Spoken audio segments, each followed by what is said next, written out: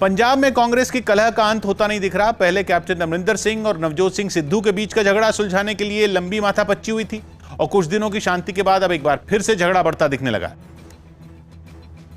क्योंकि इस बार सवाल यह है कि पंजाब का विधानसभा चुनाव कांग्रेस किस नेता के चेहरे पर लड़ेगी। झगड़े को हवा तब मिली जब हरीश रावत ने कैप्टन के चेहरे पर चुनाव लड़ने की बात कही, लेकिन यही बात सिद्धू के खेमे को खटक गई। ऐसी खटकी कि सिद्धू के करीबी प्रगट सिंह ने हरीश रावत से ही तीखे सवाल पूछ लिए। ਇਹ ਤਾਂ ਹੁਣ ਰਾਵਤ ਜੀ ਦੱਸ ਸਕਦੇ ਆ ਵੀ ਇਹ ਜਿਹੜੀਆਂ ਚੋਣਾਂ ਜਿਹੜੀਆਂ ਉਹ ਕੈਪਟਨ ਅਮਰਿੰਦਰ ਸਿੰਘ ਦੇ ਜੇ ਉਹਨਾਂ ਦੀ ਅਗਵਾਈ ਦੇ ਵਿੱਚ ਲੜਨੀਆਂ ਤੇ ਡਿਸੀਜਨ ਕਦੋਂ ਹੋਇਆ।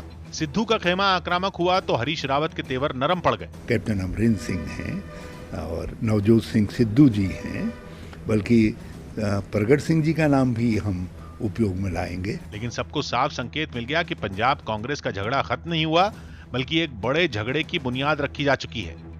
और ऐसा इसलिए है क्योंकि पंजाब में चुनाव करीब है। सिद्धू और कैप्टन दोनों ही ये चाहते हैं कि चुनाव उनके चेहरे पर लड़ा जाए। नवजोत सिंह सिद्धू और कैप्टन अमरिंदर में अभी तक जो झगड़ा चल रहा था वो पंजाब के नेताओं में ताकत के संतुलन से जुड़ा था। सिद्धू चाहते थे कि उनको पंजाब कांग्रेस का अध्यक्ष बना दिया जाए, जबकि कैप्टन ये नहीं चाहते थे कि सिद्धू को किसी भी कीमत पर यह पद दिया जाए। लेकिन आखिरकार हाईकमान ने कैप्टन को समझा लिया और सिद्धू को पंजाब कांग्रेस की कमान सौंप दी, जिसके जरिए दोनों नेताओं के बीच ताकत का संतुलन बनाने की कोशिश हुई। पंजाब में कांग्रेस पिछला चुनाव बड़े बहुमत से जीती थी और वो चुनाव कैप्टन अमरिंदर के चेहरे पर ही लड़ा गया था। पंजाब की 117 विधानसभा सीटों में 77 सीटों पर कांग्रेस ने जीत दर्ज की थी। उस वक्त सिद्धू कांग्रेस में नए थे और चुनाव से कुछ दिन पहले ही बीजेपी छोड़कर कांग्रेस में शामिल हुए थे। लेकिन सिद्धू की कैप्टन अमरिंदर से बनी नहीं। कैप्टन अमरिंदर ने अपने कैबिनेट में सिद्धू को शामिल किया था, लेकिन नाराज होकर सिद्धू ने मंत्री पद से इस्तीफा दे दिया था।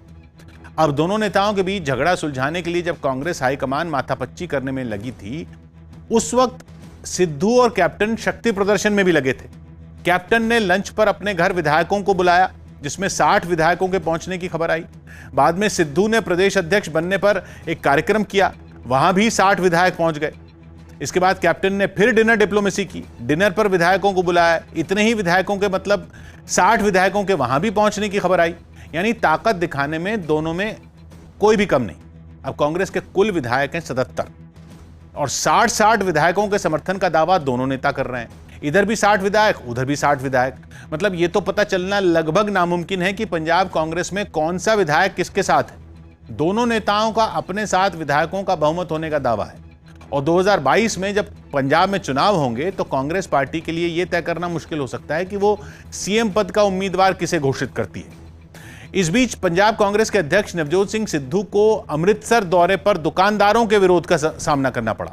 सिद्धू वहां एक मंदिर के मेन गेट निर्माण के काम की शुरुआत के लिए पहुंचे, लेकिन इसकी जानकारी लगते ही कुछ दुकानों ने पंजाब कांग्रेस के अध्यक्ष का विरोध शुरू कर दिया। दुकानदारों ने, इन लोगों ने सिद्धू पर 4 वर्षों तक इलाके के लोगों की अनदेखी का आरोप लगाया।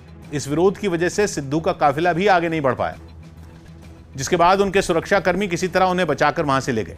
इस दौरे पर उन्होंने वहां एक धार्मिक गुरु से मुलाकात की और उनका आशीर्वाद लिया। सौभाग्य की एक बात यह है कि कांग्रेस के सारे नेताओं को मालूम है कि पार्टी में आला कमान का फैसला ही अंतिम होता है, लेकिन पंजाब में किसी को समझ में नहीं आ रहा कि कांग्रेस आला कमान की मर्जी क्या है, जिसकी वजह से पंजाब में कांग्रेस के विधायक कभी सिद्धू के पाले में नजर आ रहे हैं, कभी उन्हें अपना भविष्य कैप्टन अमरिंदर सिंह के साथ रहने में सुरक्षित दिख रहा है।